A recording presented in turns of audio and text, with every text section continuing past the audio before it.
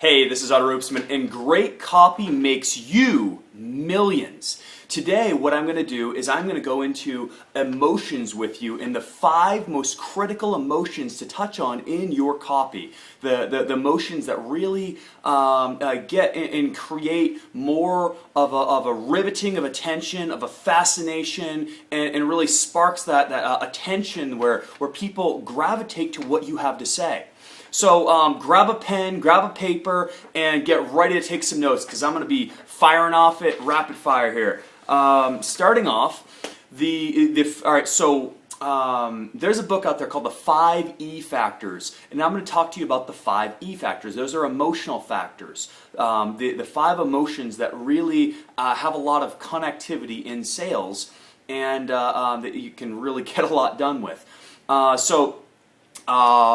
Greed. Greed is a big one. Greed is an emotion where people will jump over mountains because of a greed and a lust to get more money. And that's something that you can play to in your sales, knowing when to press the greed button, because people who have a very money-oriented personality, very much about the dollars and cents, well, greed gets results with those types of people.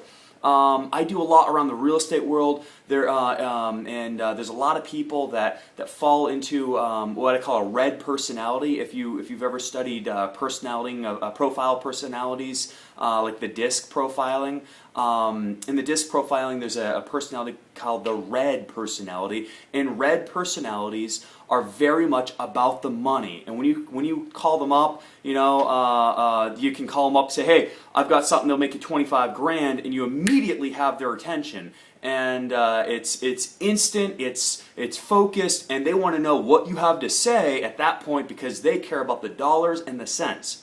That doesn't work for everybody, so you obviously need to know who your prospect is, but it does work for a very large segment of the right groups of people. The more you get into like commercial real estate type people, that you'll find that personality a lot in that specific market, because I know a lot about, personally, I know a lot about the real estate markets because most of my communications with investors who I help make a ton of money with in marketing projects for investors and doing different deals with investors. So know a lot about that personally as one of kind of my markets.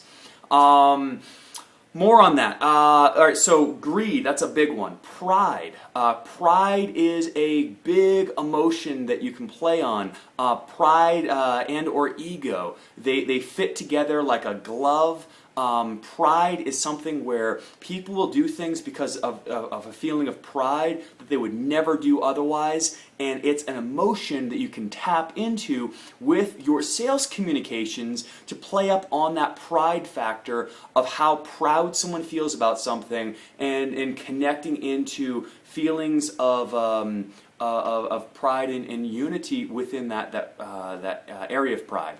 So that's another one to look into, and how you can ask yourself, how can I utilize the emotion of pride with the people I'm communicating with, the people, my prospects, my clients, my customers, the people who give money to me. That is a great way that will you can do things with. The next one, fear. Fear is a big emotion.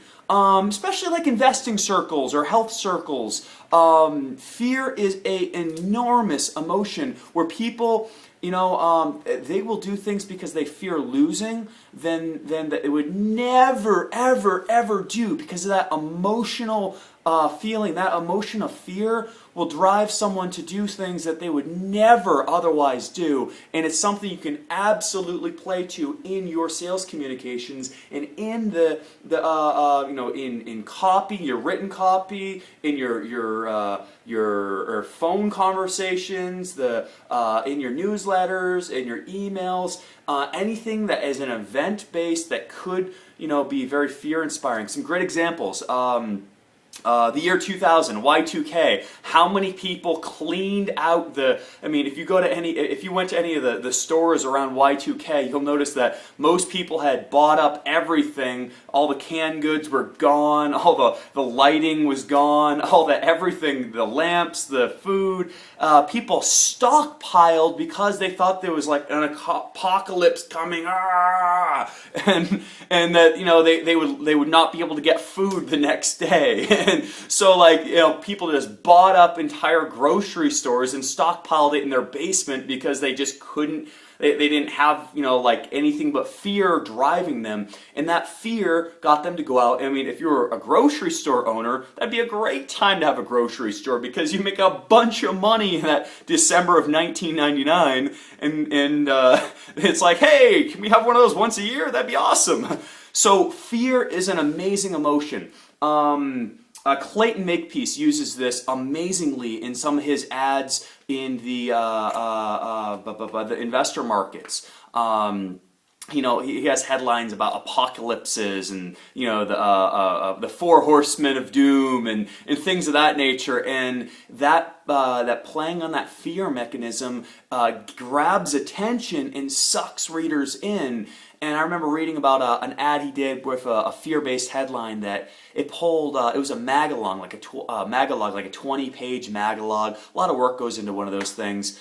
But it pulled something like a 3.25% response rate to cold lists that they were mailing out to, and it created boatloads of cash. And it started out with a fear hook, a fear headline, and that's something that you can play on as well in your sales communications if you have something that on a pending event coming up that could spell out doom for your clients and your customers, and you're kind of doing them a service of letting them know about it and then kind of guiding them back to how you can help them solve that, and being their bright shining armor, that their knight and to the rescue. That's really the positioning when you're using a fear-based approach. Next one, love. People do things for love because love conquers all. Love is something that connection. Love is an angle that works so well in the romance markets, the dating markets, the relationship markets. All of that, love is a huge thing, and you can do so much with love as a connecting emotion to create that connection. Both men and women were both driven by love. There's that part in our brain that chocolate tends to trigger as well. That's why there's so many chocolateholics out there. So many people love chocolate because it triggers the same sensations in the brain as love. And love is an angle in copywriting, in sales, in all your communications that, in the right approach, can make you piles of money by opening up with a love hook.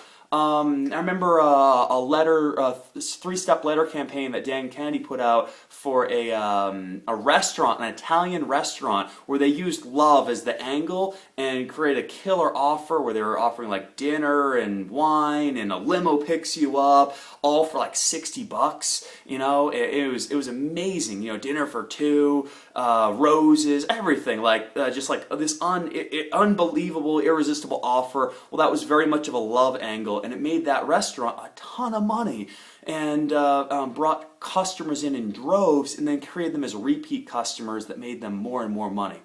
So last one here. Last one is anger. And anger, a shared anger specifically, works amazingly well. I've used this multiple times where you and your prospect, you both have a common enemy over here. It's like us versus them, and we're going to get them and all their evil deeds. But shared anger is something that reasonably gets the job done if you're coming in and you have a genuinely combined shared anger where it's like, where the prospect's like, so mad.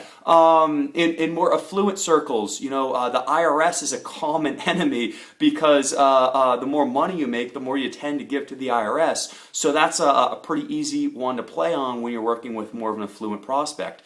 And frankly, from my standpoint, if you know enough about real estate, because I do real estate deals as well as writing copy, you can do a lot with making the IRS your buddy. But coming in from a shared anger standpoint works amazingly well.